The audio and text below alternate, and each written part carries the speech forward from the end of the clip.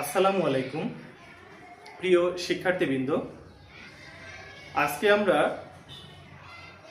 HSC 2026 ও 27 ব্যাচের জন্য বাংলা দ্বিতীয় পত্রের বাক্যতত্ত্বের একটি প্রশ্ন, যেটা প্রতি বছর ঘুরিয়ে ফিরিয়ে আসে, সেখান থেকে আমরা আজকে একটি প্রশ্নের সমাধান করার চেষ্টা করব। তো চলো শুরু করা যাক।